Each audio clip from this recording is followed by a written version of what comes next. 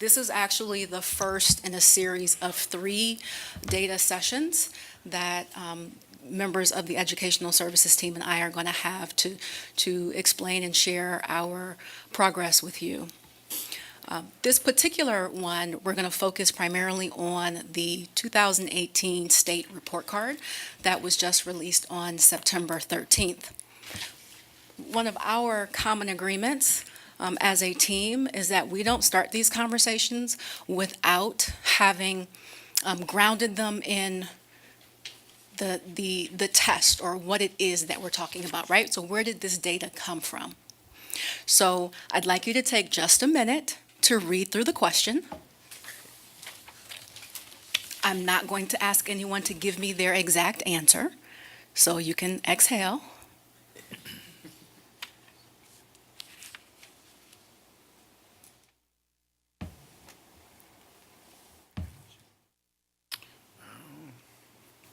So I feel like people have had an opportunity to read it. If we were working with classroom teachers, or I'll do it here with any group, my question would be, what was your approach to the problem? And we'd get some feedback of, well, I tried to do this, I tried to do that. Then the second question would be, what grade level do you think this question is used with? So we'll do a quick scan. Takers for 3rd grade. Takers for 4th grade. Couple. 5th grade. Got a couple for 5th grade. 6th grade. Okay. So this particular question, and I've stopped the questioning, so it is an elementary level question. It's actually for 4th graders. And we can see on the description that it's worth 1 possible point, but takes an extreme amount of time and focus and effort to earn that 1 point. So there are multiple ways to approach the problem.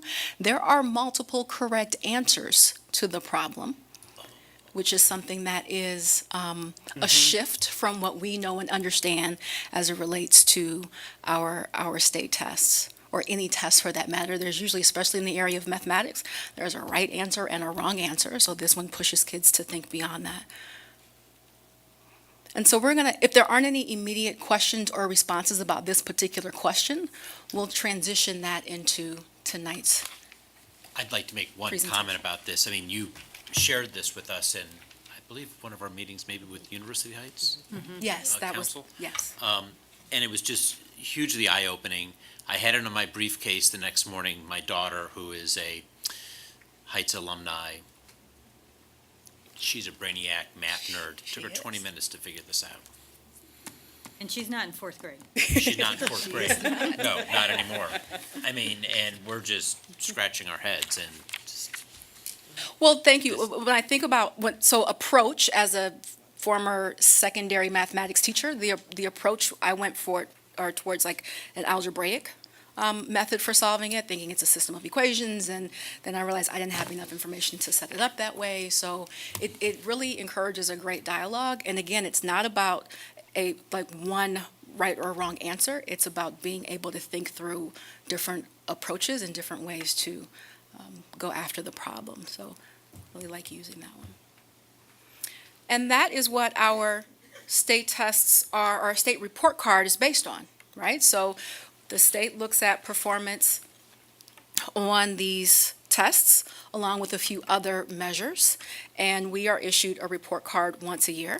There are 6 components on the state report card, so what I'm going to do for you this evening is go over those 6 components, looking at any new changes or things for 2018 that are new, and any highlights for the district. And as I said, this is part 1 of a 3-part series, so we'll follow up with additional measures that we use here in Cleveland Heights, University Heights, to measure our success in addition to these measures. So whenever we look at any kind of data, it's important to put that information into context. And one of the practices that we use here is to go over or ask 3 different questions. So how did we perform compared to the goal? How did we perform compared to others? And how did we perform compared to ourselves over time? So you see the map of Ohio there. We're actually part of Region 3, which represents Cuyahoga County. And then within Cuyahoga County, there are a group of 16 districts who refer to themselves as the first ring districts, because we are the districts just outside of the city of Cleveland, or the Cleveland Municipal School District. So when we talk about or look at comparing our performance to others, I'm going to show you how all 608 districts in the state performed, and then how the 16 first ring districts perform. So who are those districts? Again, there are 16 of them. The ones highlighted in gold represent the districts that are on the east side, and those that are not highlighted are on the west side. So we have 10 districts on the east side and 6 on the west side.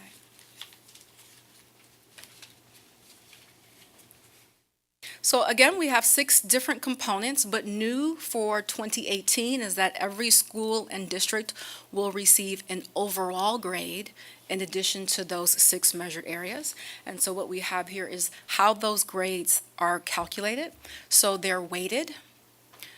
The 2 components that carry the most weight for that overall calculation are achievement and progress, and then the other 4 are each weighted at 15%.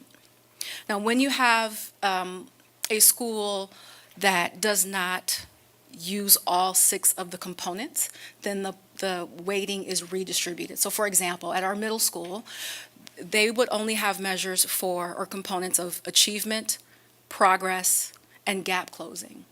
So the weighting is distributed 34% for the achievement component, 34% for progress, and 31% for, or 32% for gap closing. When we look at the overall grade for the district, we earned a D. And the distribution of grades for the state, actually, I'm sorry, I'm going to pause for a moment. I'm going to give everybody a chance to look at the graphs and make sure that we're understanding what we're saying. So there are 2 charts here. The colored bars represent the grade level, or the grade earned.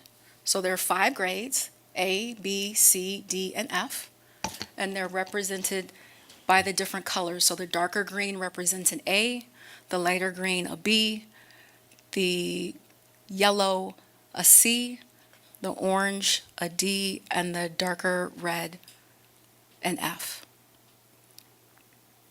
The height of the bar represents the percent of the districts that earn that particular grade. So when we're looking at the graph on the left,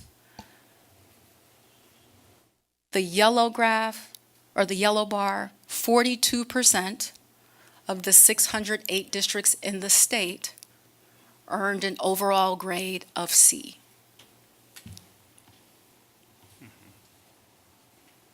Then the table on the right has the same breakdown, except it just represents the 16 districts for the first ring. Can we go back? Yes. I mean, we had some of this conversation with the city of Cleveland Heights, sharing these, some basic information with the council members there. And I just want to make sure that everybody who's looking at this understands this is not like you're going into a restaurant and you're looking at the health inspector reports in that restaurant getting an A, where you sort of expect, you walk into a restaurant, you really don't want to eat at an A restaurant, you don't want to eat at a B restaurant because there may be bugs in your food. But when you look at the fact that 5% out of 600 some districts, is it 22? Is that the number? I mean, I don't have the can't do the math quick enough, I guess. I thought it was like 22 that got A's. It's but, like I mean, 22 or 23. yeah, that actually got A's. I mean, I find it alarming that we are labeling buildings B, C, D's, and F's when only a small number, 20-some districts in the state are getting A's. So yes, so the number, that 5% represents 28 of the 608 school districts. And it is interesting to note that part of the state superintendent's comments in his 2018 school and district report card results summary, he even indicates that the report card tells us a story, and I encourage you to take a deeper look. And then he goes on to say that the report cards are not the only measure of success or accomplishments, and that visiting schools, talking to parents, students, teachers, and graduates can paint a more complete picture of the educational experience. So as the state has gone through and reviewed, they're slightly shifting their thoughts on the use of grade letters to describe performance. There's another diagram in the state's overview that talks about the tale of two districts where they both have grades of, I believe that their example includes a C, but that when you look at the underlying components, there are still differences.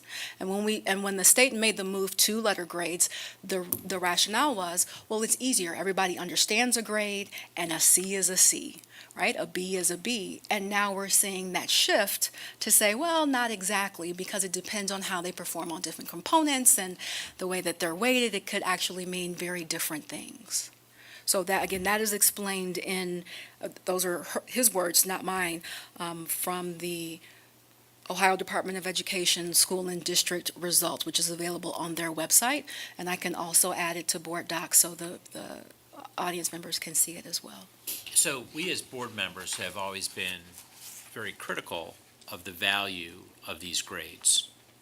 You know, not to throw cold water on maybe bigger thinkers in Columbus that want to mark these schools, but when you're a parent, you live in a community, especially a community that has a reasonably high tax burden, you expect your kids to go to an A school. You absolutely expect it. And we've talked about conspiracy theories and why these numbers are the way that they are, but I mean, they're highly suspect when you look at these numbers. I mean, how can we find that this information is valuable, except for the issue of we all need to do better at what we do. So when you don't get an A, you all know that you need to do better, and we are working on so many things to make academic excellence and achievement better in this district. And I think when we move to some of the other, and I know we've got other work sessions planned where we're going to be talking about these alternative measurements. I mean, things that are important to us and our kids that are realistic. Because when a citizen looks at this, it's not a realistic measurement of the success that's going into our buildings and the scholarships and the graduation rates, and it's just so incredibly misleading. Agreed. And I think an example of that is when we look at what is probably the most well-known component, and that is the achievement component. Again, when we look at the distribution of grades across the state, we see that the largest number of, or the greatest number of districts earned a grade of D. And you see the same thing happen in our first ring districts. When we drill down further, so the achievement component is made up of two different measures, indicators met and performance index. Well, indicators met, it says, have 80% of the students in a grade level passed the test, or are they proficient or higher? Performance index goes down a little bit further and it says, well, what was their exact performance level? How well did they do across 5 different categories? Well, when we look at our performance, again, thinking of those questions to putting the data into context, when we look at our performance over time, we've improved in 16 indicators compared to last year. And where we didn't improve, when you look at performance across the state, other districts didn't either. So I know it might be a little challenging to see, but try to include visually.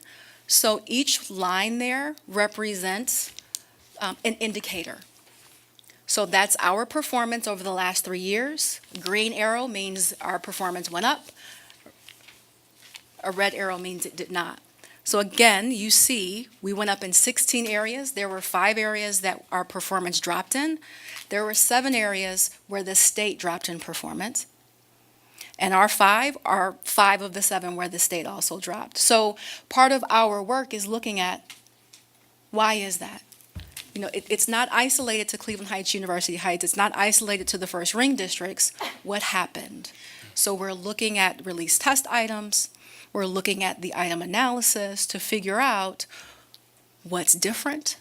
What are the different ways that we can approach the questions? Again, starting off meetings and sessions by looking at the work. And again, we're going to talk about like our practices and procedures during the next 2 meetings. But I think that's an important thing for us to know and to understand. When we look at indicators, so visually, our performance index, right, you can see a little bit better distribution for the performance index, but when we look at indicators met and that grade level performance, if I can get it to proceed, okay, there we go. Well, I have multiple degrees and I can't get this to work. Okay. So the distribution of the grades for the state, 72% of the districts in the state earned an F for the indicator measure. When we isolate just to first ring districts, all but 1 of us earned an F. That's not our kids. It isn't. I refuse to believe that 94% of the kids in the first ring districts are not meeting grade level expectations, that they're not proficient at each grade level. Or that's 72% in the state, Correct. in the entire state. But if we don't take the time to look at it in different ways and to look at it in context and to drill down, we might miss that part. When we only look at a ranking and think about, you know, the placement amongst those 608 districts, we might not see it. I often think about it, you know, and I take the driver's test.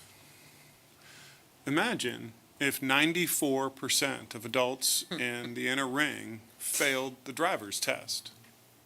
How long would it be before adults in the inner ring insisted on a new test?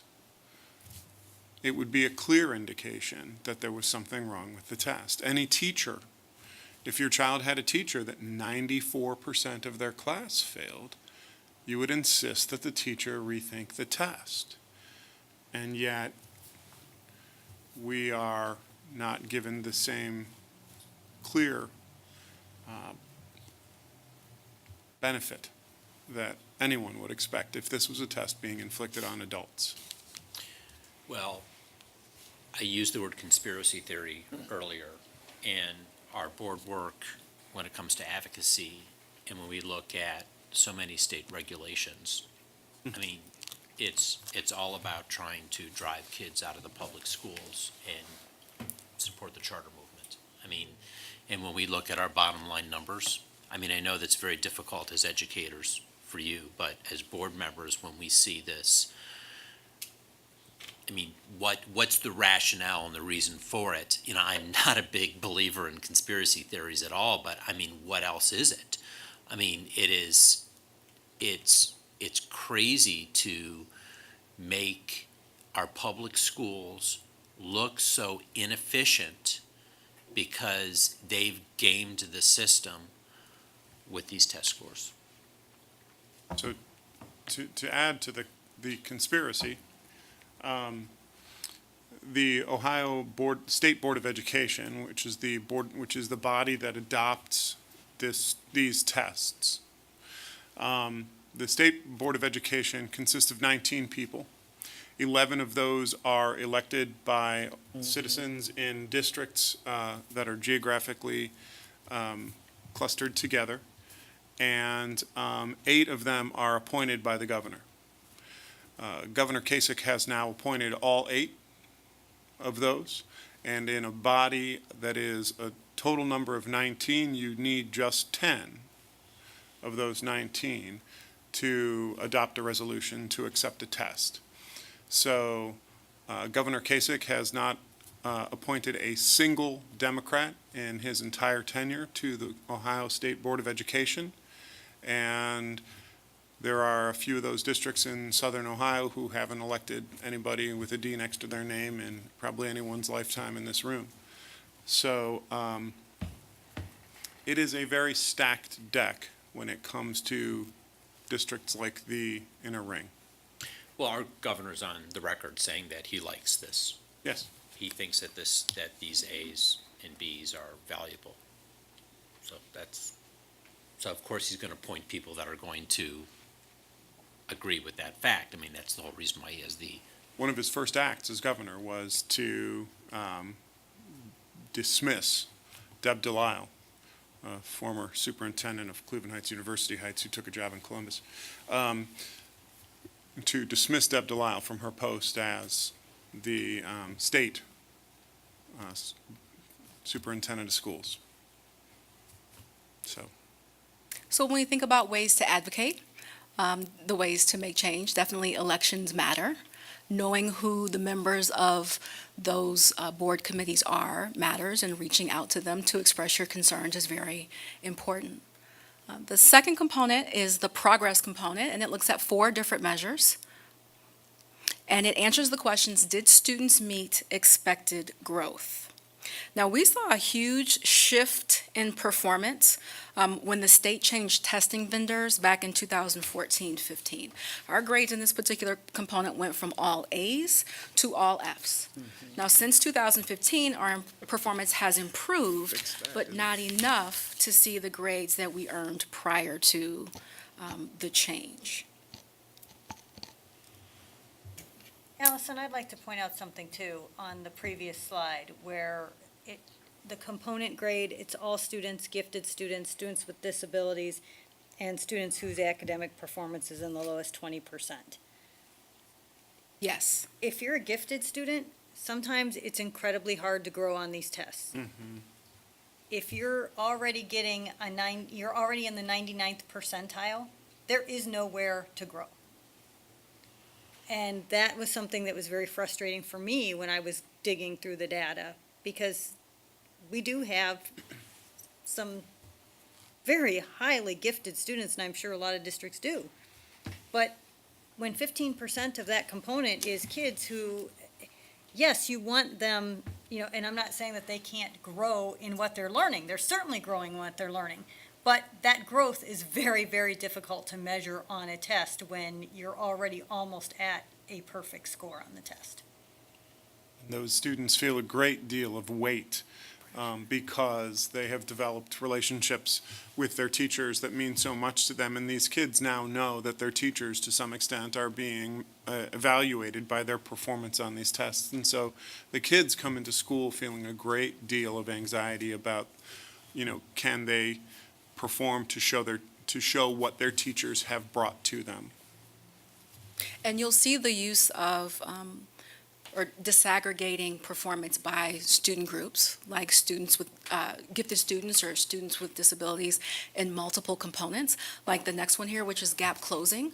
This actually comes from the federal accountability system. So when the federal government reauthorized the Elementary and Secondary Education Act, there were changes made to the gap closing measure to meet those new requirements. So here we have 4 measures that are included. We look at performance of student groups in the areas of English language arts, mathematics, graduation rate, and then new this year, there's a specific measure related to English learners and how they have improved their English skills from one year to the next. And this particular, with this particular component, when we consider performance of ourselves over time compared to 2017, our gap closing grade improved 1 letter grade. So we have shown improvement with this particular component. But what you aren't able to see is that with these 4 different areas, in English language arts, we earned 100 points, which is actually the maximum number of points possible. Nice. So not only did we improve, but we earned the highest number of points for that particular measure. In the area of mathematics, we earned 81 out of the 100 possible points. So our performance in those 2 areas is the best that it's been. And if you translate it or think about what that might look like at a classroom level, 100%, A, 81, B. With the other 2 measures, however, in particular the English learner measure, this one was introduced this year, and we didn't know how it was calculated until after the decision had been made, and the report cards, they weren't officially printed, but the measure had already been calculated. So, now that we know what's involved in that calculation, we're in a better position to even to address it. And that's not about gaming the system, that's just understanding what's involved in the calculation. There's no doubt that we won't be able to improve on that in the same way that we have in the area of English language arts and mathematics. As long as they measure it the same way next year. Well, that is a big as long as, but I can only function in the right now. One other point to consider when we think about gap closing is that because this looks at performance with respect to specific student groups, and again, that's we look at different races. We look at students with disabilities, economically disadvantaged students, English learners, students with disabilities. A school or a district has to have a certain number of students in each group for it to even be included. So some districts, some schools, like the English learners measure, for example, is not included in their calculation because they don't have a student population large enough for it to be included. So while it's not a first ring district, Beechwood happens to be one of those schools. So they don't have an English learner measure because they don't have enough students in that population for it to be included. So can I ask, what defines a student as an English learner? So that is based on a screener that students that students and families participate when they enroll into school, and the score that they earn on that particular screener determines their level of English proficiency. So really oversimplifying it, let's say a student comes in and there are 4 different levels, 1, 2, 3, 4, with 1 being the lowest and 4 being the highest. Let's say I come in and my initial screener is at a level 1. Then I would receive services from the district, and then during the school year I take the state test, which is called the OELPA. And it's Ohio English Learner Proficiency Assessment. Get caught up in the acronyms sometimes. And they assess students on their ability to speak the language, write the language, and answer and respond to questions written in English. So each one of those areas earns a score, and then that score is then they take the test again in the following year, and if they've improved in all 4 of those areas, then that's what is used for the English learner calculation. And so are all those students who are who a different language is spoken at home, or can a child come to us whose family has been here for generations but who hasn't acquired the language as well as would be expected?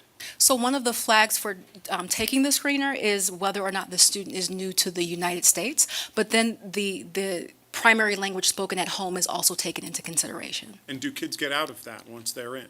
Yes, the process is that they can be exited out of that status when they have acquired a certain level of English proficiency. Thank you. You're welcome. Okay, so on 2 core issues, we're off the charts, or we're 100%. So it comes down to graduation rate. And we know that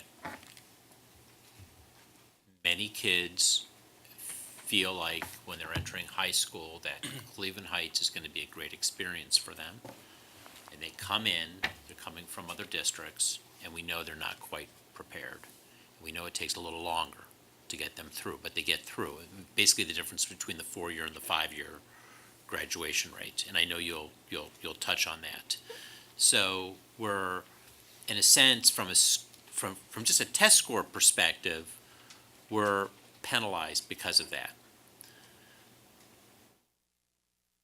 And we're penalized with English learners because when you look at, districts like Beechwood, and when they're totally exempt and we're not, I mean, are we finding that districts that are highly urban are not exempt versus more of the suburban ones are? I mean, does that seem a little discriminatory? I to haven't me? looked at it in detail enough to be able to make the broad statement that it's an urban issue, and not a suburban issue, or, that we don't see the same things in more rural areas.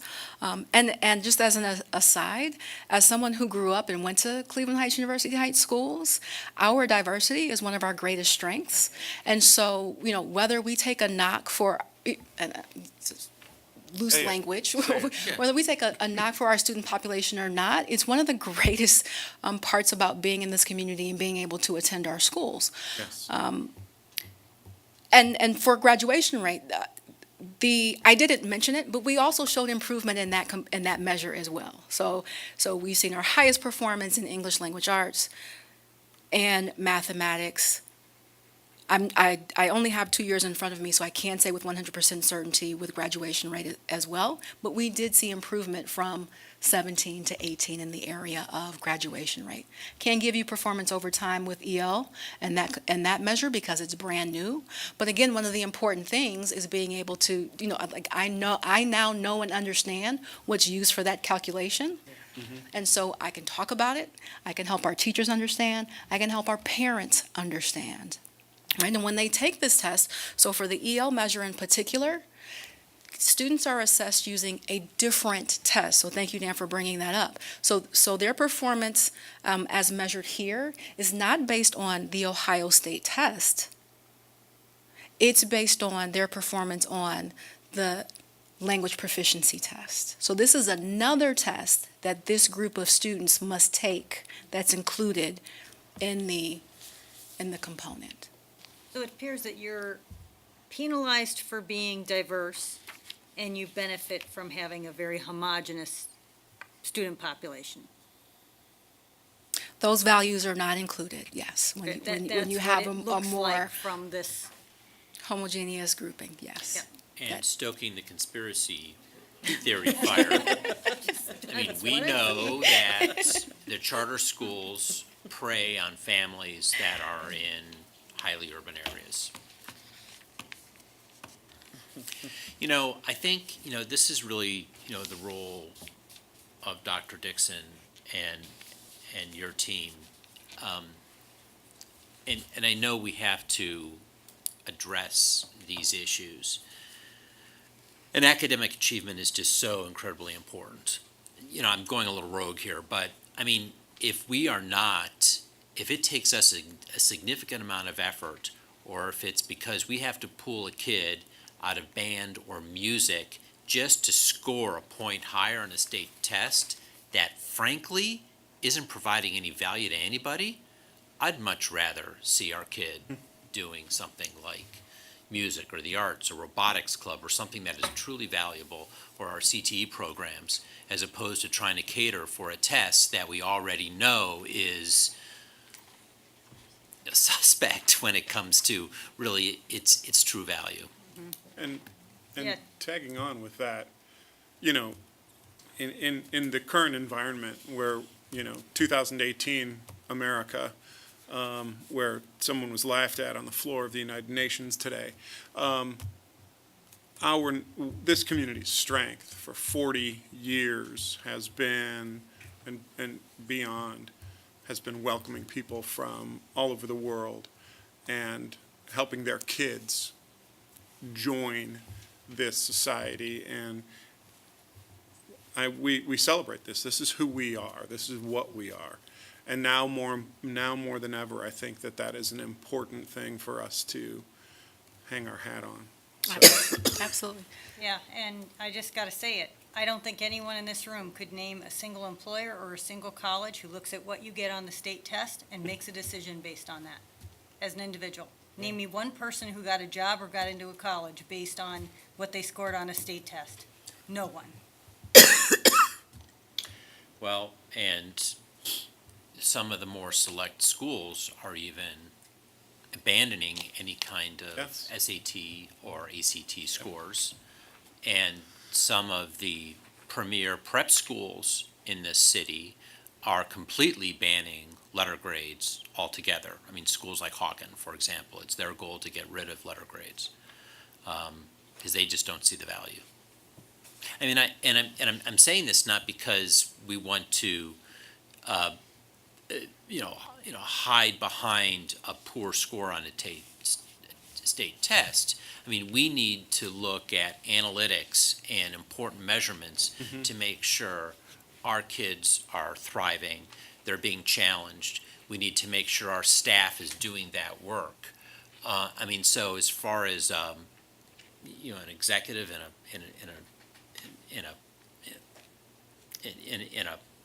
I'm trying to say business. It's not a business, but I mean, our business is education. We need to make sure that we are doing everything we can to deal with student achievement. This can't be the right measure, though. Well, and so it is important, again, going back to Dan's comment, that we understand who makes these decisions and that we share our thoughts and concerns with them. I mean, both or all three of the districts locales, the cities that feed into our district, are all about community engagement.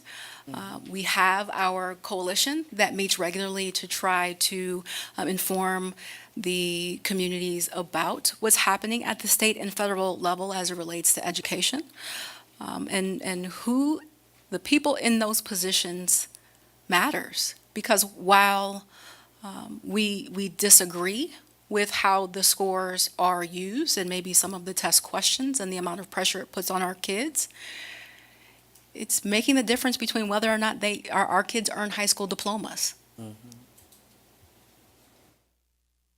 Right? So it is quite the balancing act. And again, part of us sharing the data under the data is to encourage all of us to continue to advocate and speak up and speak out, because some of our kids who are caught in the right now may not graduate. They may not even get to the point where they're in front of an employer or they're in front of a college recruiter to say, these were the scores I received on my test, because they can't graduate.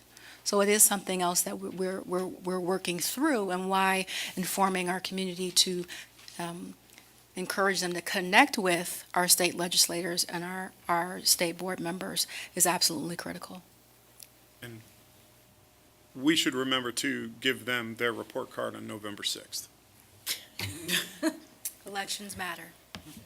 So another component is the Prepared for Success component, and this impacts our high school students and staff. It looks at performance of students on our college readiness exams of the ACT and the SAT, the number of students who earn honors diplomas or earned an industry-recognized credential. We can earn additional points for students who earn a 3 or higher on AP exams, or who earn at least 3 dual enrollment credits. So when we compare our performance to other districts across the state, we can see that just over 50% of the districts are in the F range. And this is an F, or a drop in state performance. So when we consider performance over time, it's shifting to the lower grades. Because in 2017, a majority of the district grades were in the D range. So again, something's happening there, not unique to Cleveland Heights, University Heights, but across the state, where we're not seeing performance in this particular component go up. Well, actually, I take that back. We are seeing an improvement in our overall points earned and our overall percentage, but in terms of the letter grade across the state, it's dropped for many districts.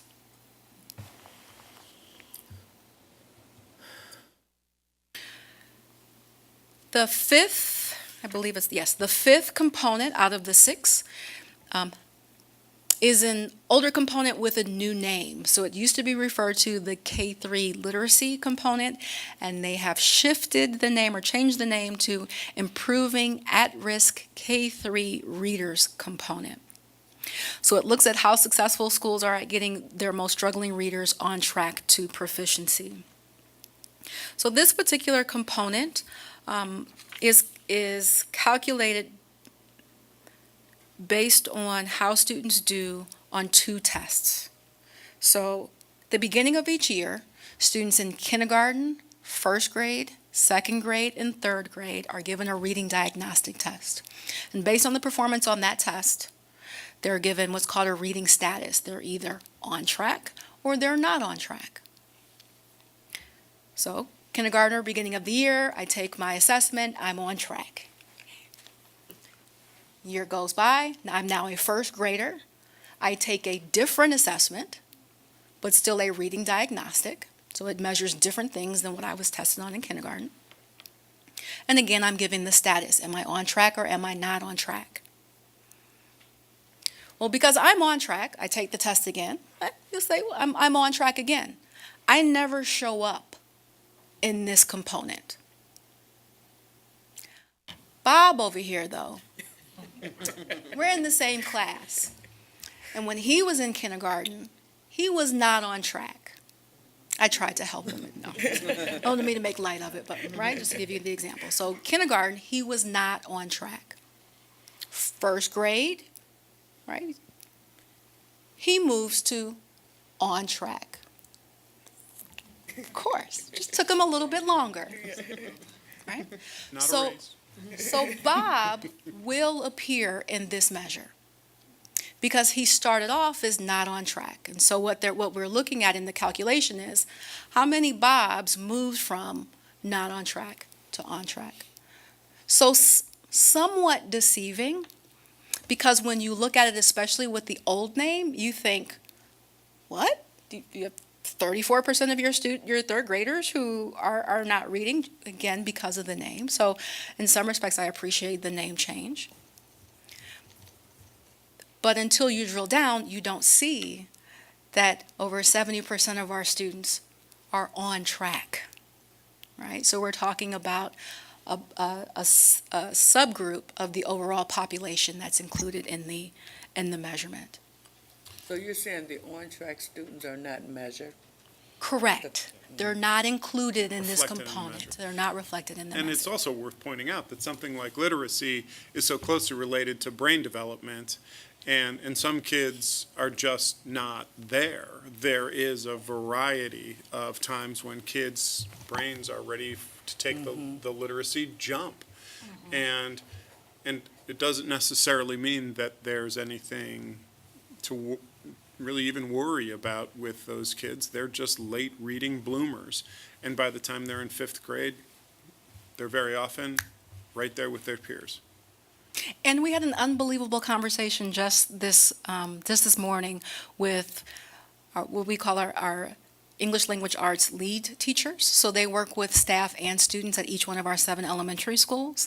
And we went through every single first grader and their reading diagnostic results.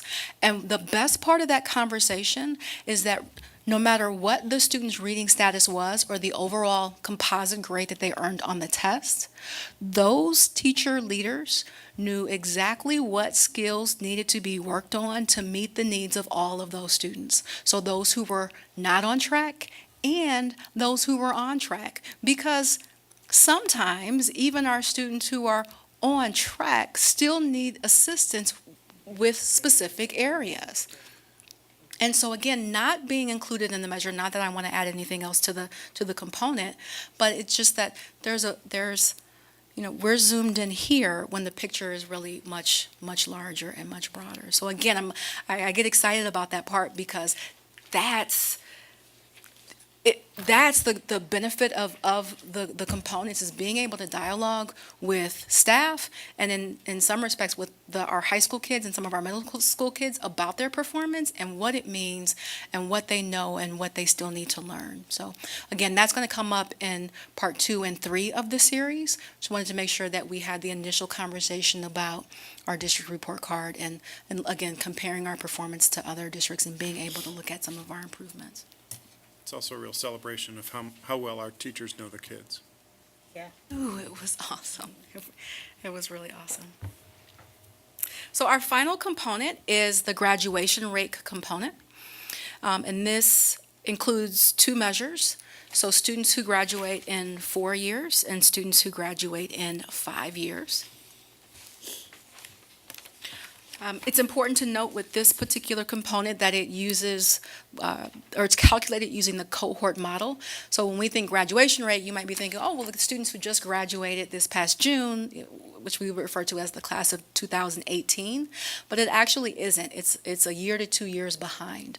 So it actually represents the classes of 2016 and the classes of 2017.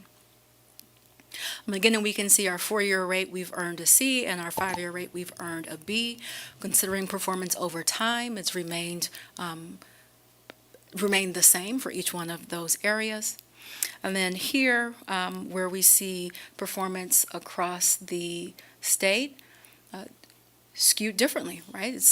We have more districts across the state that have A's. And then we see a kind of a shift in that performance when we look at first ring districts.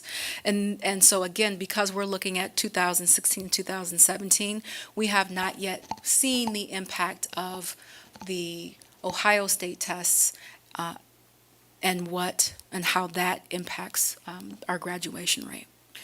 So Allison, when you've done this presentation before, and you basically said, hey, look, the graduation rate isn't the current kids, it's the kids a couple years back. Okay, so I sort of tuck it away, but I'm not going to put you on the spot. So in a future meeting, would you just tell us why do they do that when they already have the data? Absolutely. I mean, it'd be real curious. I mean, why? And why do they think that would be helpful to go 2 years back when the measurement is current? Because I just don't get that. We will come back and talk about it in greater detail. Thanks. The short answer, though, is because things like summer graduates are included in the calculation. And so many districts, like our graduation, I believe, was like in that first week of August. Well, state law requires that the Ohio Department of Education publishes the state report cards within, I believe it's 45 days after the last test administration. So we wouldn't be able to include those summer graduates in our overall graduation total, even though they're part of the current year cohort. We'll go over it in detail, but that's just the quick and dirty of it is Okay. we actually get to include more graduates when we have additional time. It's so impressive to me, by the way, that you can just pull that out. Yeah, thank you. Thank you. We all have our strengths. Gift and a curse.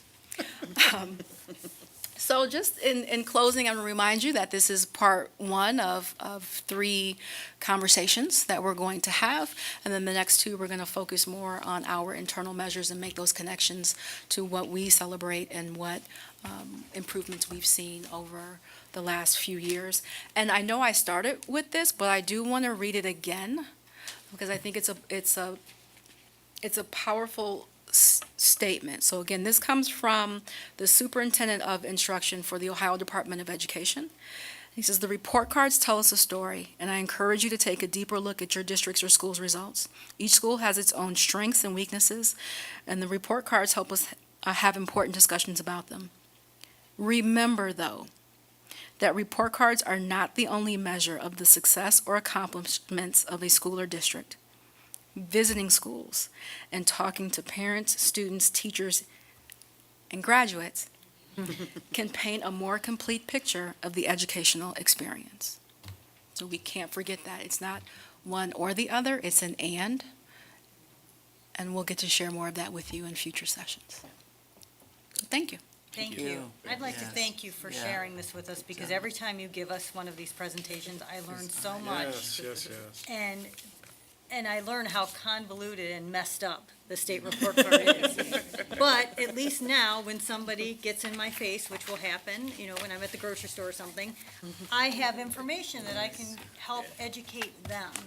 And often when I bring out things like the English learner and start discussing that, if I, now that I'm educated on that, it does open their eyes. And if you didn't come and bring us this kind of information, we wouldn't be able to do that. So thank you. I really appreciate the time and effort it takes for you to put these presentations together and share them Thank with you. us. I appreciate that. And while I am the person up here speaking and I get to rattle off some of the numbers, I am part of a team, right? And so we all contribute to this work in different ways. So it's not just me, it's the entire team. And they're sitting up here with me and then in the back over there too. So we appreciate that. Thank you. So